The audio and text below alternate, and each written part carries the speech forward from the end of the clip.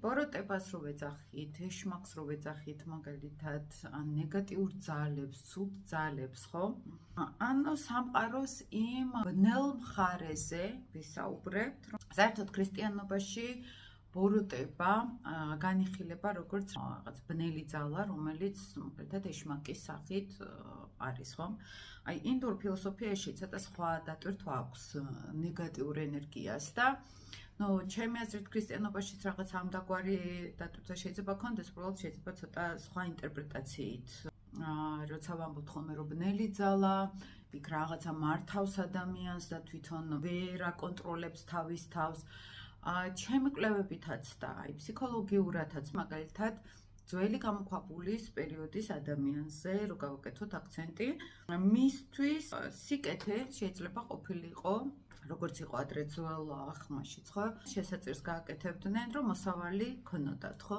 ანუ ადამიანები იყვნენ უფრო მატერიალურ ფლანგზე მყარად, რომ ნებისმიერი სიკეთე ეს არის მატერიალური დოულათი, მატერიალური კმაყოფილება. მაგრამ შემდგომ რაც უფრო საზოგადოება განვითარდა, მიხვდნენ, რომ ცოტა სხვა რაღაცაც არის სამყაროში, ხო? ქრისტიანობამ ზუსტად ეს მოიტანა. ახალი ხედვები ღმერთის მიმართ ცხოვრებული აღარ იყო საჭირო და ჩვენ შეგვეძლო ტრანსფორმაცია. რაღაცნაირად თვითონვე გამოესყიდა თავისი ცოდვები ჭყალებში. მატერიალური არსებობის მიღმა დაინახეს უკვე სხვა სულიერი არსებობა ადამიანში, ხო? ჩვენს არსში. და ქრისტიანობამაც ეს მოიტანა. საერთოდ ყველა რელიგია ფაქტიურად გვეუბნება და ჩვენ არ ვართ მხოლოდ სხეული. ვართ სული.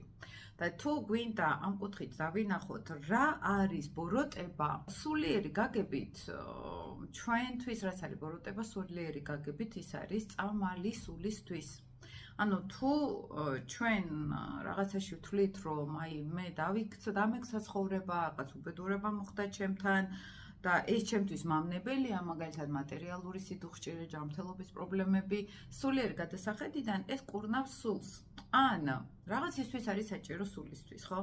ანუ ჩვენს გაგებაში ნებისმიერი ნეგატივი ბოროტება განიხილება მაშინ, როცა სხეულისთვის არის მამნებელი, ანუ მატერიისთვის არის მამნებელი. სულიერი კუთხით თუ შევხედავთ, ის რაც ჩვენ ამ სამყაროში ბოროტებად მეგვაჩნია, ან ეხლა თუნდაც გარკვეულწილად ჩამთვარეზე როცა ვლაპარაკობთ ხოლმე, ეხლა ზოგიერთ ასტროლოგს რომ მოვსმინოთ, ეს არის სატანა ჩვენში, ეს არის დიდი ბოროტება და სიამოვნებაში ეს არის შიშები, ხო? და სიამოვნებაში ეს არის ჩვენი ტრავმები, რომელსაც რაღაცნაირად ქვეცნობიერში დევს და უნდა ადამიანს რომ ეს გამკლავდეს, ხედვები შეცვალოს ამ ყველაფრის მიმართ.